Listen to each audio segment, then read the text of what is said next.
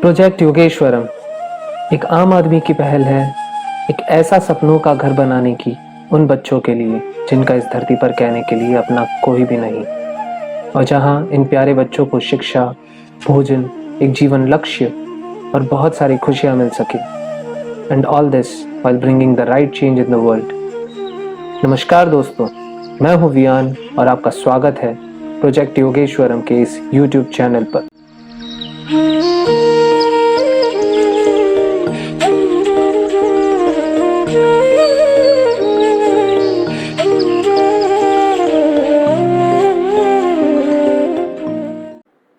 इस सीरीज के पहले वीडियो में हम समझेंगे कि कैसे आपके परसेप्शन और आपकी सोच को अंदर तक खोदकर जड़ों से काट दिया जाता है, कैसे आपके मन में जहर शक्कर के पानी में घोलकर भर दिया जाता है, कैसे आपके अस्तित्व को, आपकी चेतना को आप ही के अध्यापक, प्रोफेसर्स और समाज के तथाकथित इंटेलेक्चुअल्स द्वारा नष्ट कर दिया जाता है। जुड़े रहिए हमारे साथ।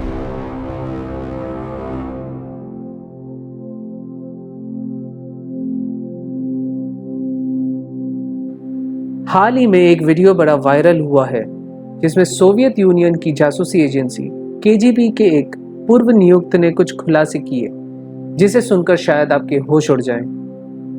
अपने इंटरव्यू में उन्होंने बताया कि कैसे डेवलपिंग देशों से teachers, professors, politicians, film makers, लेखक और जर्नलिस्ट जैसे बुद्धिजीवी लोगों को सोवियत यूनियन के ब्यूरोक्रेट्स द्वारा प्रेस की मीटिंग्स में आमंत्रण दिए जाते थे ताकि उनके देश के लोगों की मानसिकता को एक प्रोपोगेंडा के तहत दूषित विचारों से इतना भर दिया जाए कि वो प्रोपोगेंडा ही उनके लिए सच बन जाए।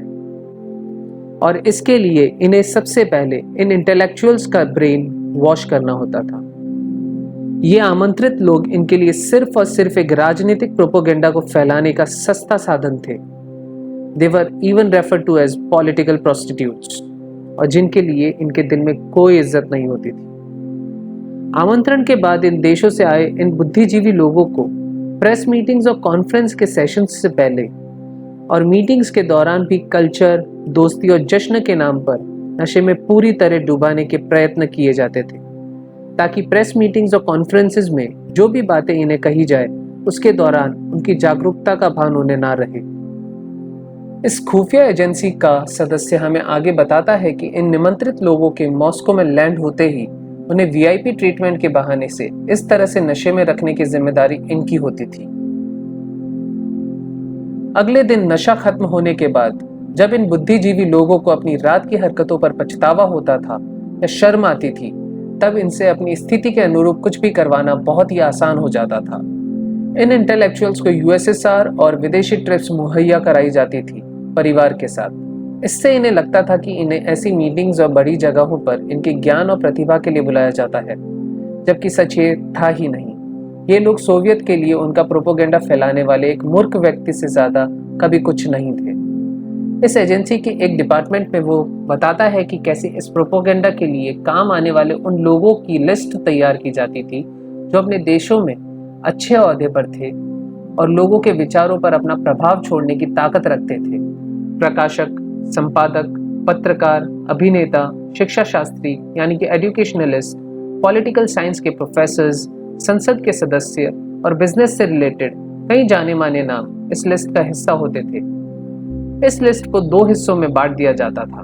पहले वो लोग जो सोवियत यूनियन के इस प्रोपोगेंडा का साथ देते थे और बदले में जिन्हें मीडिया द्वारा प्रमोट करवाया जाता था और सत्ता में आगे बढ़ाया जाता था, और दूसरे वो लोग जो इस प्रोपोगेंडा में सोवियत का साथ देने से मना कर देते थे या विरोध करते थे, जिसके कारण उनका समाज में मीडिया के पावर से चरित्र हनन किया जाता था या जिन्हें मरवा दिया जाता था अज्ञात परिस्थितियों में। इस इंटरव्यू से ये बात एकदम कांच की तरह साफ हो जाती है कि कैसे लोगों के बीच नैरेटिव्स क्रिएट किए जाते हैं, जिसमें हमें पढ़ाने वाले जानी मानी यूनिवर्सिटी के प्रोफेसर्स, हमारी पूरी शैक्षणिक प्रणाली, फिल्म इंडस्ट्री के directors, actors, producers, news media और राजनीतिक दल तक शामिल हैं।